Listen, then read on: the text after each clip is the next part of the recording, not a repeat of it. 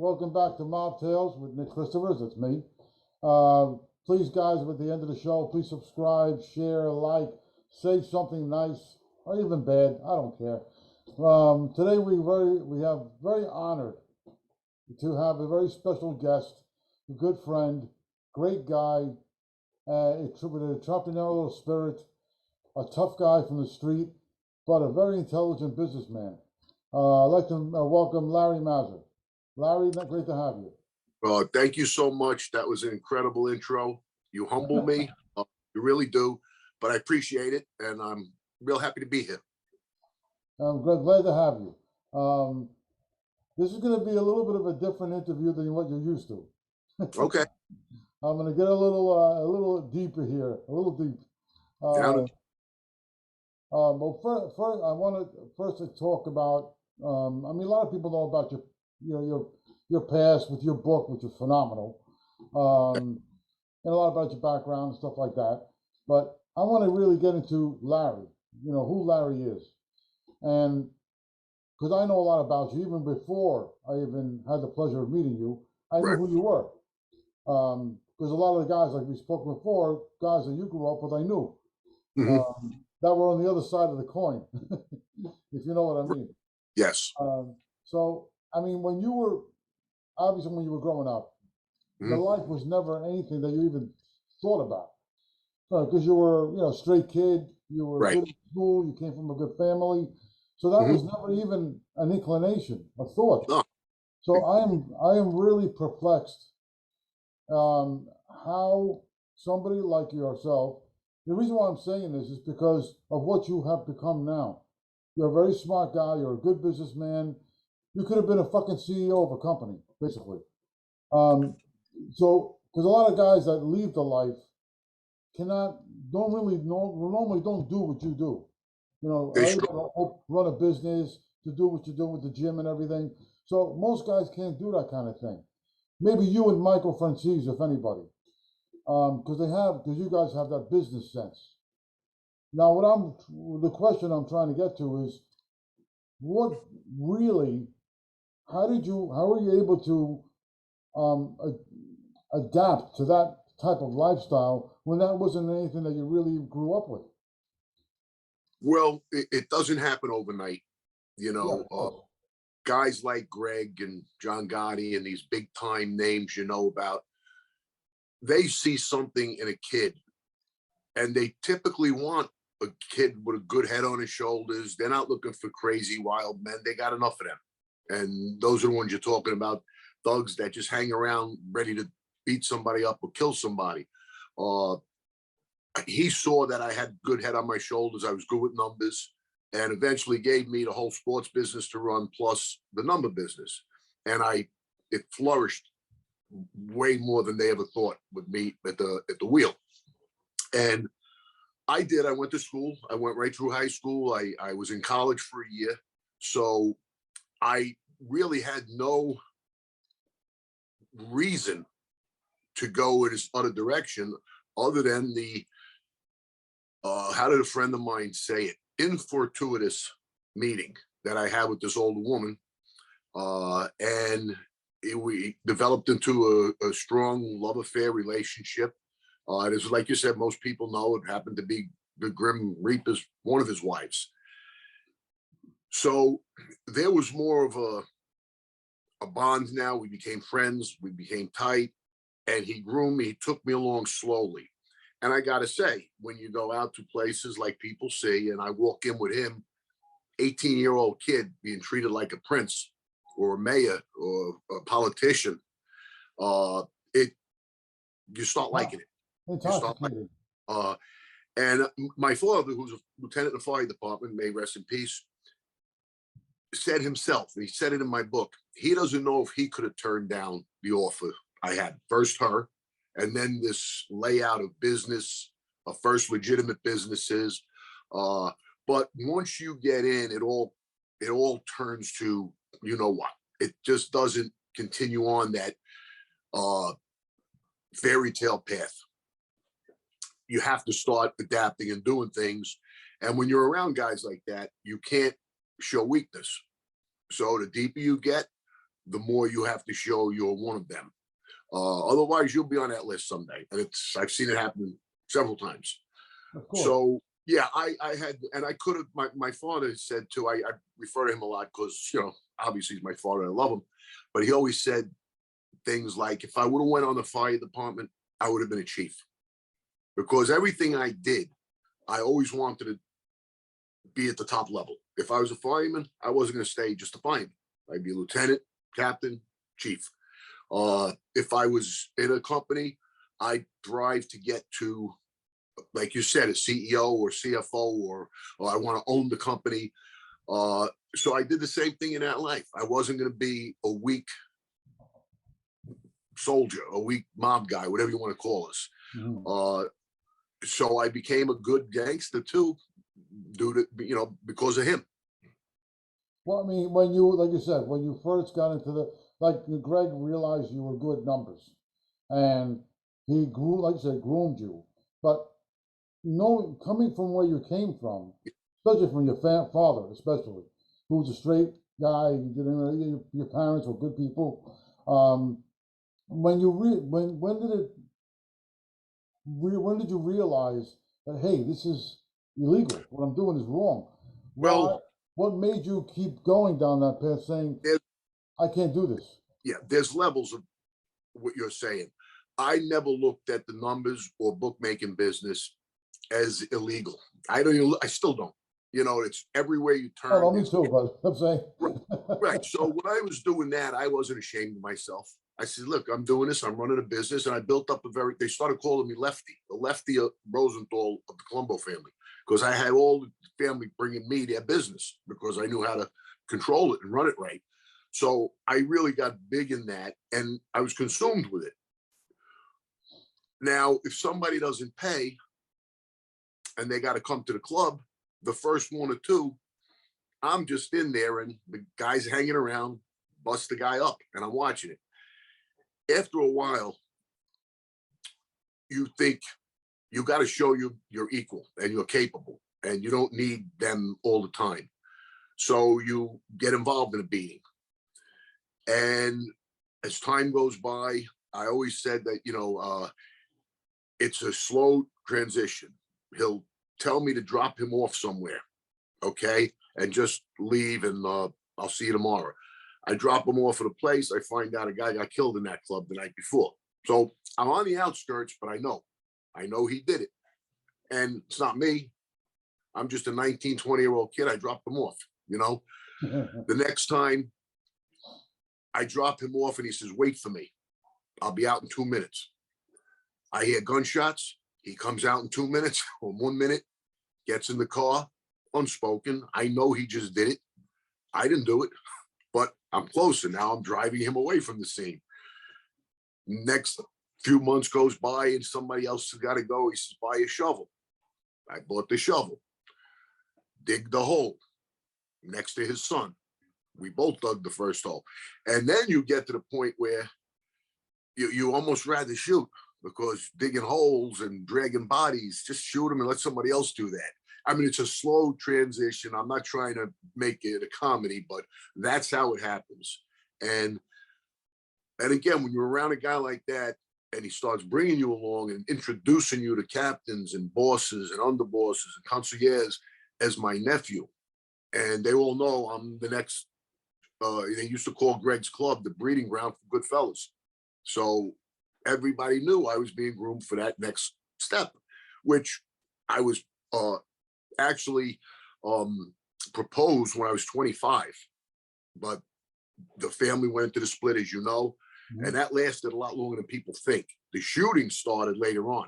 What was it, like 89? Bodies started falling in 90. So the only reason I didn't get straightened out sooner was because of that. But during the war, it was done. Oh, it was done for reasons that tradition. I was at meetings that I had to be at, that they wanted me at. And if you're not a good fellow, you can't sit at the table. There wasn't one guy in there that didn't want me at the table. So Junior Persico sent a message, get those two guys, meaning me and my partner, recognized. That's how he termed it. That was new to me. So anyway, all this took 10 years of development as the Grim Reaper's right-hand man. So listen, some of these questions I don't think Sigmund Freud could answer.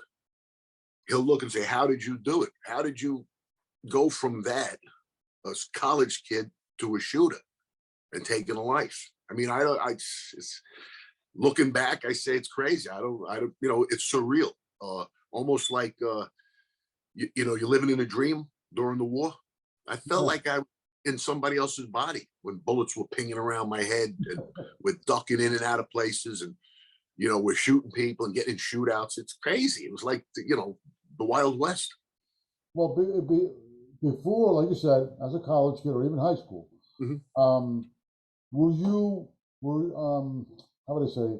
Because in the neighborhood where you grew up in, guys in the life it was almost a normal thing. Every block, yeah. So you intuitively knew about guys like this. Well, of course, I had my uncle Albert, who was a dinosaur with the Colombo family.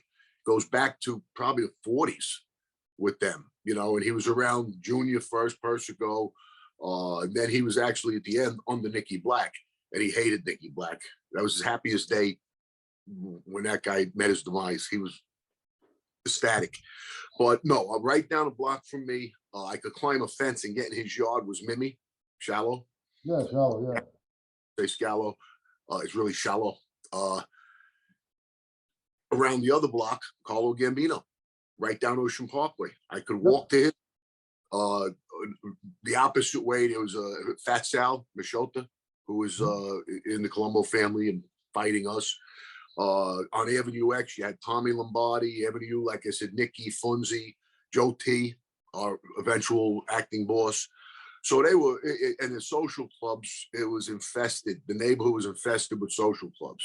So no, we knew, and it was very quiet. It's like not my parents didn't tell me stay away from them, they're bad guys. It was mind your business, mind your business. So I didn't ask, I didn't care, I didn't know anything. And my uncle Albert didn't bring us around. If anything, he tried to keep us away from it. Well, okay, so you brought a good point up. The fact that it was around you, right? And you eventually got, think about it for a second. You think it was almost fate? The fact that you were around these, you knew about it. Yeah. And here you are now involved with the same guys that you knew about, but minded your own business. Isn't that kind of weird? It is. It's that's a good word to use, fate.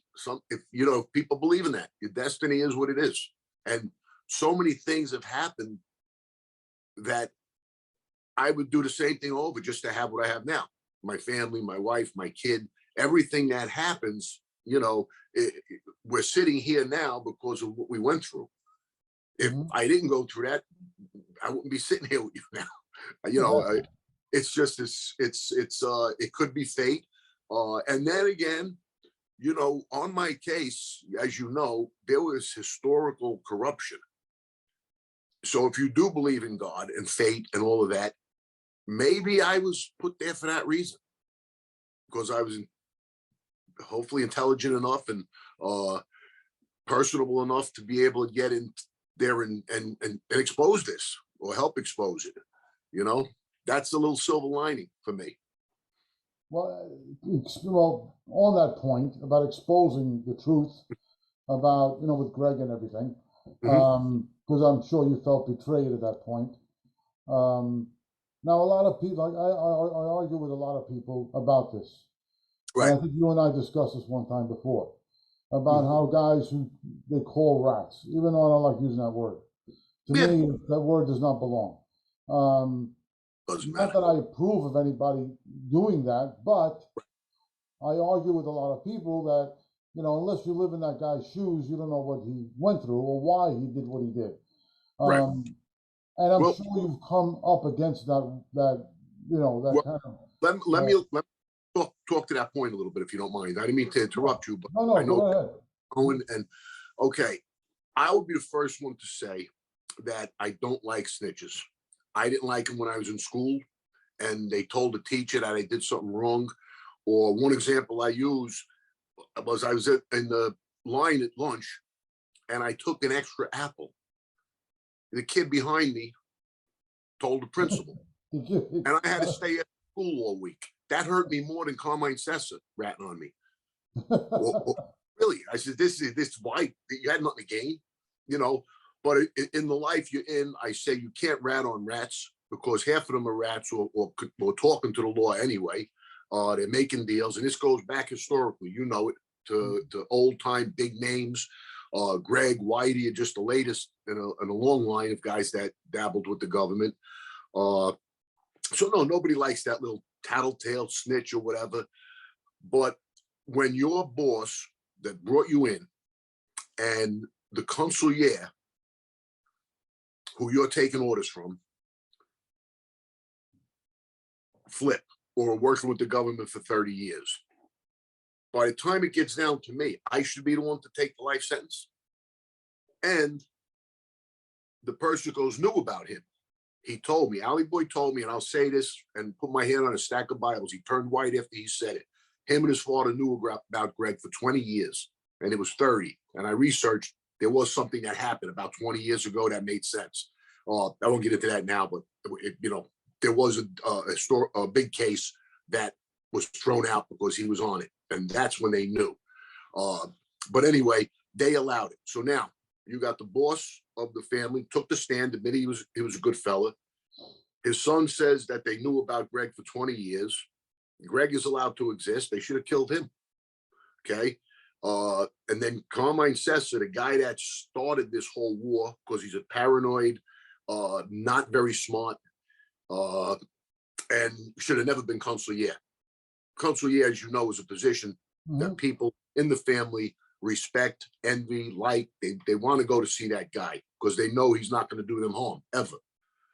That wasn't Carmine. He can't even put sentences together, you know. So Vicarina knew what he was doing. He figured he was expendable too. So yeah, when I hear that, I chuckle because again, if the guys above you, once they do it, I mean, come on, all bets are off.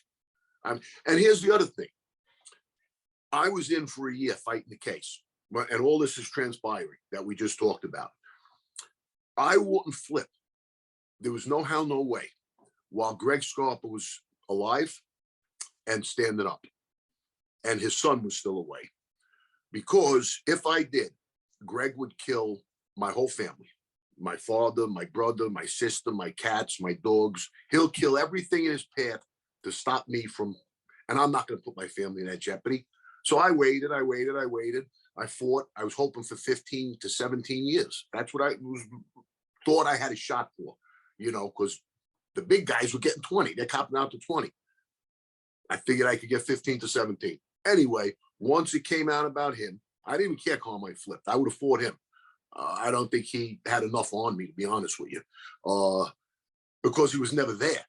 He was always reported to. Greg reported to him. I never reported to him. Greg reported to him that we killed somebody. Why? I don't know, but he just thought he was untouchable. So, you know, there's ways of looking at it. And most of the people, well, most of the guys, there's not that many of them. There's not that many that want to come out arrogant and, yeah, you're a rat, you're no good. It's because they're weak and they're feeling stronger by calling you somebody that could probably snap their neck if they had to, or not even me, somebody else that's, you know, or Johnny Boy. We know Johnny's a tough kid. They do it through this because it makes them feel, it makes them feel stronger. Yeah, you know, keyboard gangsters, I call yeah. So it's it is it's and you're true. You have to walk in somebody's shoes, live the life, and be put with the decisions when it happens, how it happens. I didn't go running into the prosecutors looking to make a deal. They don't even like me because what I gave them is them, you know, basically. If it wasn't for the corruption, they knew everything.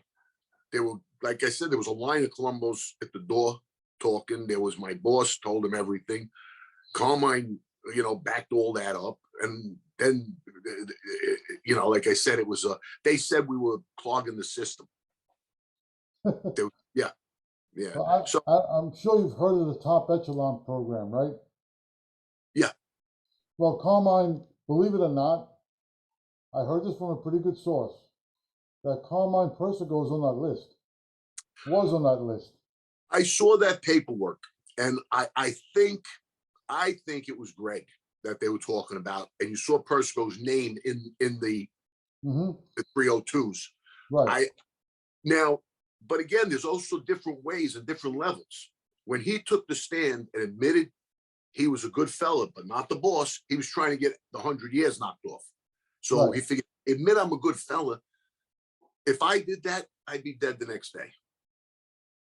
Hmm. So there's levels. Then there's guys that go in and they cop out to every single thing the prosecutor said, and they're causing trouble for others. Like the guys that went in before me admitted there was a war, admitted there were killings, admitted they were in Greg's crew, admitted. So they're laying a foundation. Then they're the ones that they call their dry snitches, or whatever. They admit they're in the family, they admit everything, but they don't have to take the stand. It doesn't help the guys in the next case. So Hmm. there's levels, and then it Right. takes sometimes it takes a lot of courage and what's the word, to really make that big step and say, done, I'm moving on. It's Mhm. not easy. So and the other thing is this: a lot of guys, like you look at the Persigos, their whole family, their whole existence, everybody, men, women, children, are all earning big money in this thing. Okay. So if they really come out and take a stand like that, literally get on the stand and start pointing fingers, their whole thing crumbles. They lose everything they have. Their whole families lose everything. I was never at that level. What I had was my day-to-day operations. I had my Shylock book and I had my sports book. And also, while this is another ratty thing to do, while I'm away fighting the case, they're stealing our business. Instead of running it, the guys that I had running it for me, they start stealing it. We had at one point 3,500 a week coming in from our Charlotte business, my partner Jimmy and I. And after about 6 months I'm in, it got cut to 1,500 a week each. It's all right, whatever. I'm not gonna, I'm biting my tongue a little bit, but it is what it is. A few more months goes by, they bring Jimmy $180 and $180 for me. Now, how is my family going to exist on that if I'm away for the next 20 years? Okay. They're taking it over. So to me, that's worse of a rat than anything I ever did. You're trying to get Jimmy to come back, because he's going to come back and collect his money. Jimmy's not going to let them rob us. So you want him to come back because you're going to clip him and take the business because he's expendable now. We're all going away. Or he's going to get pinched. So either way, you're putting him in a bad spot by stealing our money. So to me, those guys are as bad as anything I ever did. Worse. So would you, I mean, on that point that you just made, how they didn't take care of you, No, like they're supposed to.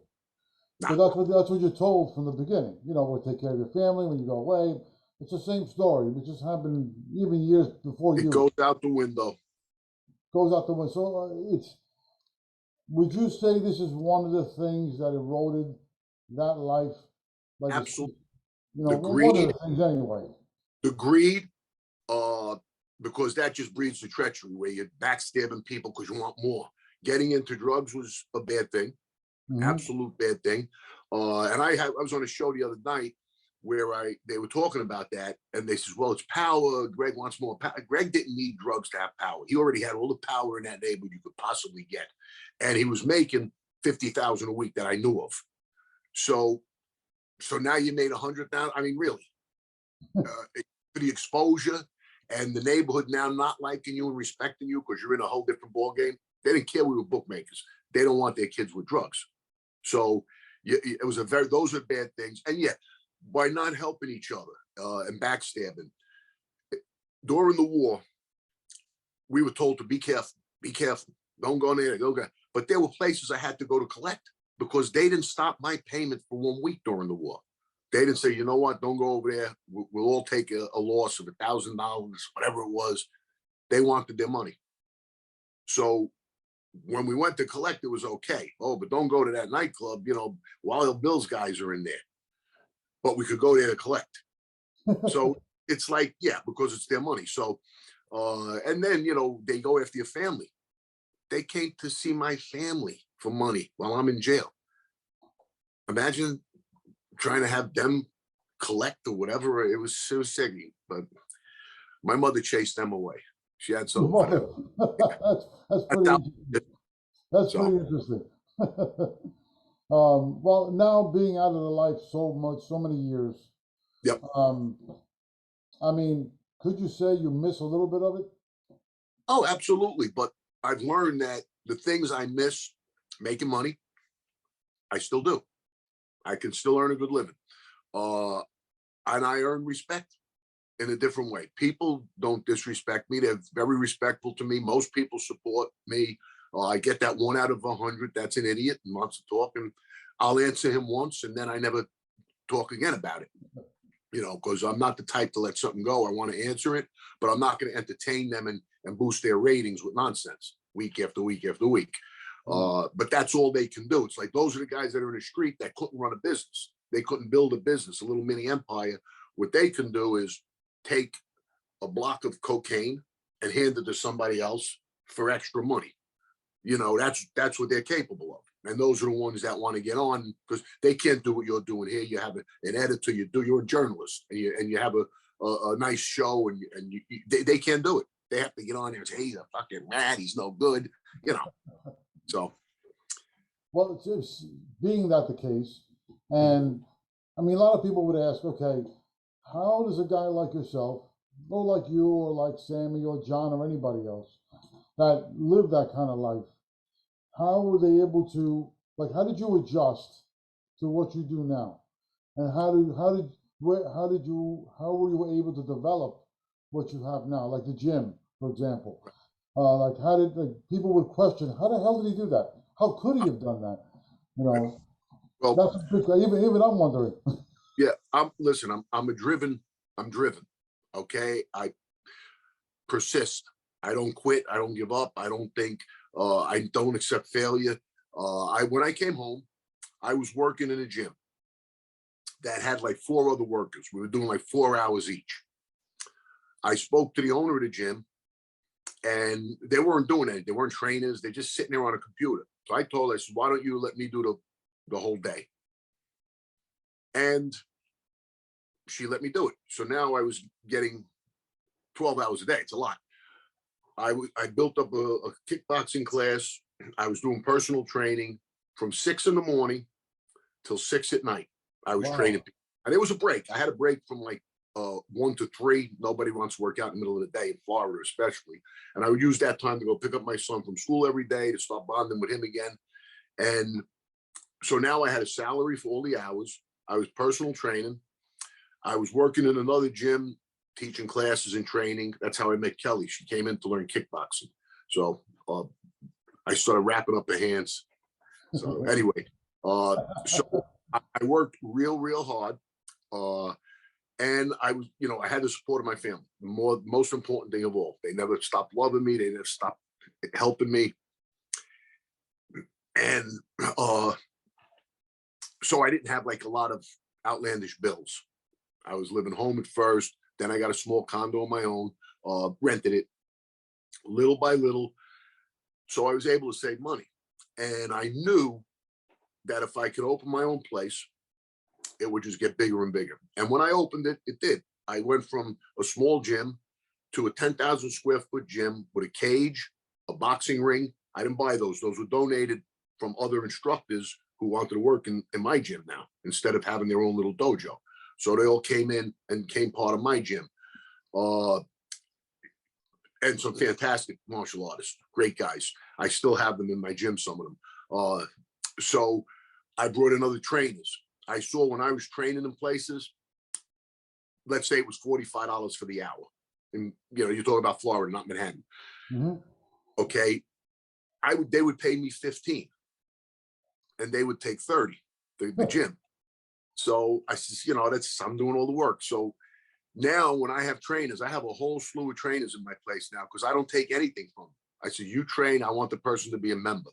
So 10 trainers with 10 clients, that's 100 members that I have. I'm more power to you. Charge whatever you want, earn what you can earn. They'll never leave me. They love, we get along well. And it's a 24/7-hour gym now. I have an outdoor section on the river, which we just completed, about 95% complete. We have the sunshades. I have 4 heavy bags out there, a couple of double end bags, a speed bag. We got the battle ropes, 3 stations. I got a big cement slab where people go out and, maybe bring the mat out and do abs or something like that. And it's really doing well. It's doing well. And I don't have to be there 24/7 anymore. I did that when I first came home for, like I said, about 6, 7 years. I worked around the clock. Well, you training, like you said, you were training people. Yeah. Yes. And then when you prior to coming out, right, when you released, were you already in that kind of like when did you learn how to be able to train people? I was in martial arts classes from New York to Florida for years because I would go back and forth. So I was always training with martial artists. Some of them became champions. Well, the first one was Lou Neglia. That's the very first place I went. Actually, the second I went with my father to Taekwondo, which anyway, I moved right away from that quick. And Lou Neglia is still promoting fights today. And he's got a big name. I think you know that name probably. Yes. And then, in Florida, I would train with guys like Donnie Wilson, Don the Dragon Wilson. He's a movie star today. Donnie Hare, Phil Collins, not the singer. But these guys are all really polished, and it's a big scope. One is a PK, American kickboxing. Another one does some MMA. So all this stuff around me all these years, I just kept doing it. I was a basketball coach. I played basketball. I played football in high school, in those ages. And I continued to coach. During the war, I was still coaching a basketball team in my neighborhood. Oh, that's interesting. Get out of here. And it's fun. One night, we're driving back. I used to take them to Jan's on 86th Street after they won a game. We're driving to Jan's, 3 carloads, and I see a guy that owes me money. We had to pull the cars around the block, told the kids, sit right here. They weren't kids, 16, 17. They was traveling team. And me and Jimmy went around the block, and the guy got a little bit of an attitude, and we left him there. Didn't kill him, but we gave him a good working over. And I got the money the following week, of course. But it was funny. So, I mean, it was still, I was still clinging to my old life, coaching the kids and stuff like that.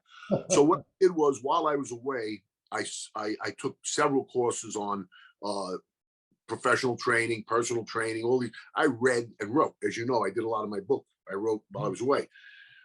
So I wasn't one to idle away the time and just sitting around with, some guys turn to drugs, whatever. I read, and I got a bunch of certificates, licenses, and so really, to technically say I became a trainer when I came home. But while I was I was training people too. I had classes. It's funny. I was doing a class Tuesday, Thursday, and Saturday morning in the rec center, in the rec hall. Really? And when I came home, one of the gyms, Tuesday, Thursday, and Saturday morning, same time. It's like I did it continued, except I went home instead of my jail cell. So it was. Well, how does that work? But I enjoy that. I do enjoy instructing and teaching, and that I practice what I preach for the most part. I tell people, drinking a lot of time. Today I'm having club soda. It's in a wine glass, but it's club soda. During the week when I'm home, I live a very healthy lifestyle. I ride my bike 4 times a week, 15 miles. I go to and take it to the gym and home. That's why. Other days, if I don't ride, I walk. I do some kind of weight training or conditioning on a heavy bed or something 5 to 6 days a week. I really only take maybe a day off completely. That's probably because I'm traveling. I'm in the car going somewhere. To me, I call it a forced rest. But when I go to see friends, like we came down to Lauderdale to see you that time, or I go to Palm Beach, with old friends, and some of them still somewhat connected to the old life. I'll go out and we'll have dinner, we'll have wine. Last night with Johnny, we had a couple of bottles of wine. But when I'm home, we go 4 or 5 nights where I sit on the couch, I watch TV with my cats. I live healthy, I eat pretty well. So, by the way, Tuesday's my birthday, 62. Wow. Tuesday, yeah. So I was gonna say, that's why you look 25. well, I don't know about that, but I think I feel good. I think I'm doing okay. But 25 is pushing it. So. Well, the question I wanted to ask you before, we were talking about learning when you were inside. I'm just wondering, how did you get permission to even teach inside? Did you have to get clearance from the warden? We didn't have permission to teach martial arts. So what I did was, if you remember, there was a guy named Billy Blanks. He put together a routine. It's a great routine. It's a great routine. I didn't use his. I developed my own. And we couldn't have fists, so we had to keep our hands open. So we're going like this. But guys are, left, right, uppercuts. But as long as we weren't in fists, and it depends on which guard was on, okay, who had the rec that day. A lot of guards, you know what? They're not bothering anybody. They're active. They're no trouble. Let them keep doing it. Then there's other ones because they're fat and out of shape, and they're envious of you working out and taking care of your health and hopefully go home healthy. They're the ones that come in and say, no martial arts. And they want to throw you in the hole or whatever.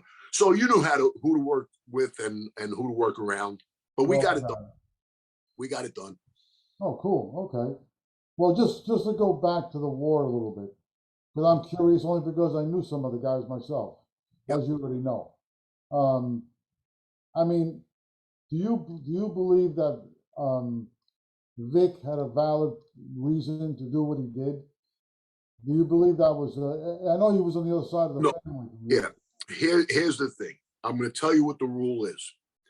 A boss is a boss until he dies, steps down, or gets voted out unanimously by all the captains. That's impossible. Never going to happen, because the first thing you do when you become boss, you make your brother the consigliere, your 2 favorite nephews are captains. They're not going to turn on you. So you're not going to get it to happen. So he was wrong 1,000%. But the opinion that Junior should have relinquished it, he should have gave it up because he's never coming home, is a valid argument. Okay. But because Vic could go to jail, right? Say he goes to jail for running the family. And then I come along and say, fuck it, I'm going to take it over. Where does it end? The rule is there for a reason, just like and again, all the rules are broken. So he broke it. John broke it. The one thing John didn't do, and he doesn't get enough credit for it, he didn't kill the consigliere. Consigliere is supposed to be untouchable, and I give him that. A lot of people don't talk about that, but he took out the boss and the underboss. He left the consigliere, and that consigliere is the one that went to the rest of the guys and told them, come to the meeting, because now they trust him. They're not going to get killed. If he tells you to come, you're not getting killed. So he has this meeting, and then he tells everybody, this is internal. Nobody here has a problem. I mean, people have seen that and portrayed, but there's a lot of truth to that. That's what happened.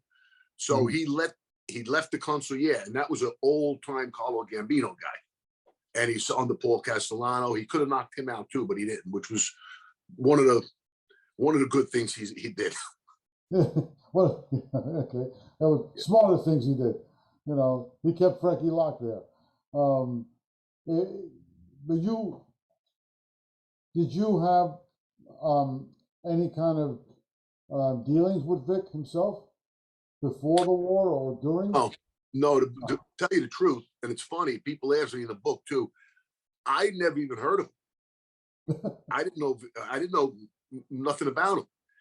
And don't forget, he wasn't a good fella very long. He got straightened out like in the 83-ish area. I'm not a historian. You probably know better than I do. And I don't mean that disrespectfully. I don't know the exact time, but him, Billy, A few other guys got straightened out the same day. And within 3-4 years, he's the acting boss. But the mistake was, and Greg told me this, Junior figured he could control him. He's not a violent, powerful, tough guy. He's a nice guy, busy, more like Paul Castellano, let's say. But the problem was he got controlled by others too. And he didn't do what was right for that family. And he knows, he told me himself afterwards when I was away with him in prison. And he told me, he says, you know, he apologized. He said he feels so horrible that he caused this whole thing. And he said, you know, could we bury, I see, I have no animosity. I just want to win our case and everybody go home. And he said, he agreed with that. And he made a comment too. He said, but I do wish you were on my side.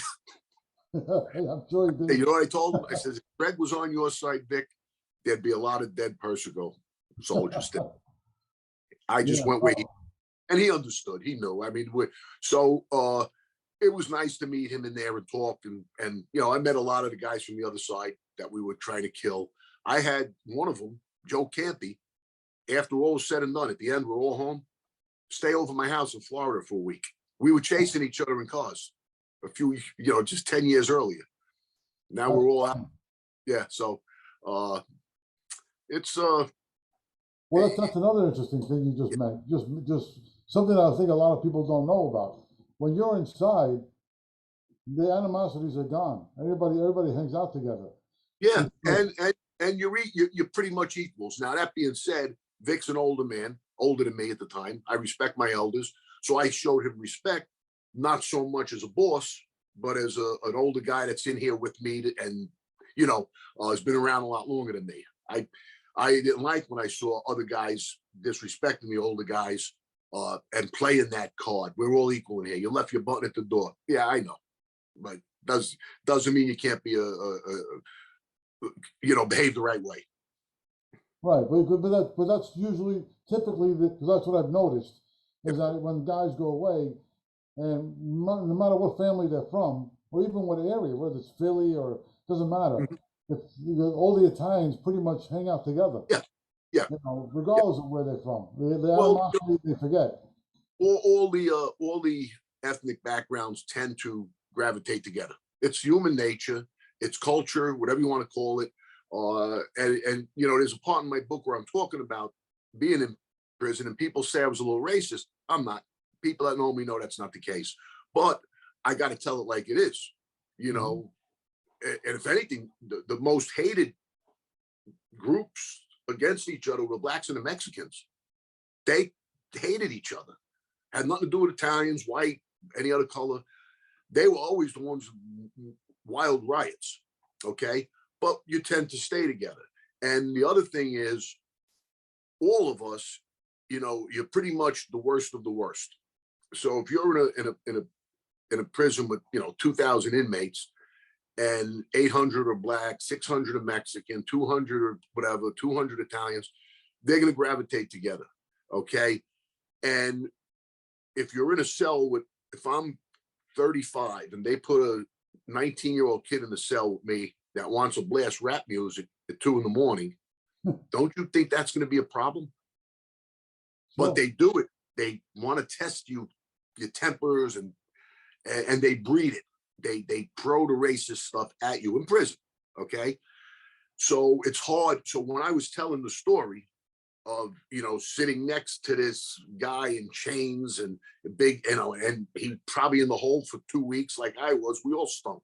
So I said, the guy stunk, you know, or smelled, if you know, so it's not, I'm giving you the feel of what a culture shock is, or culture clash. But they don't do anything to help the situation in the prisons with racism, and all of that stuff. Oh, they don't care. They'd rather you guys take each other out. Right. Of course. Yep. Yeah. Well, I know we're coming close to the end of the show. I just want, is there anything you want to share with everybody? I know about the book. Yeah. Like you want to share with anybody that we should know about?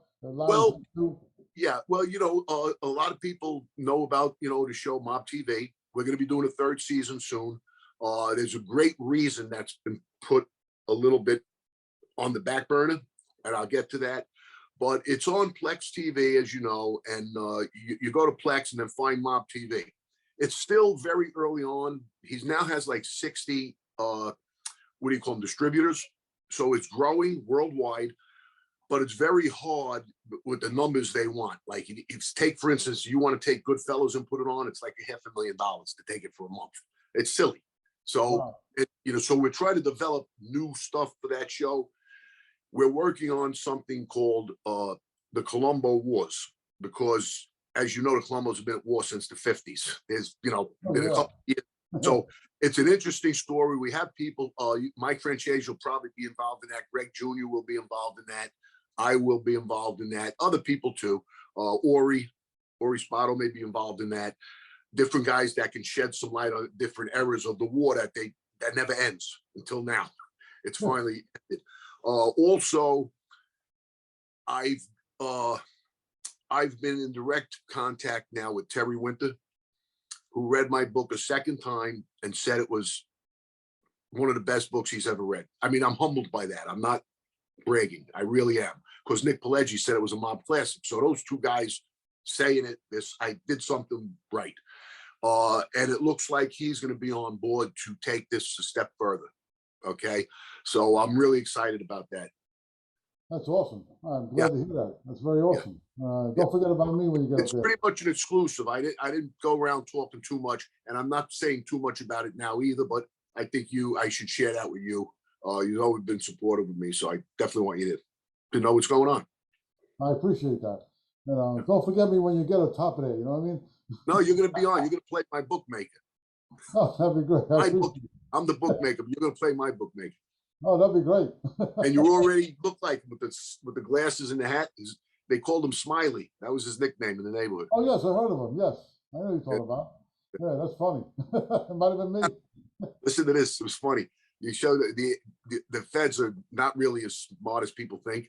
They're showing pictures of all these different people, and Smiley's out in the front. He's an older guy, and I had the hat and sunglasses like you.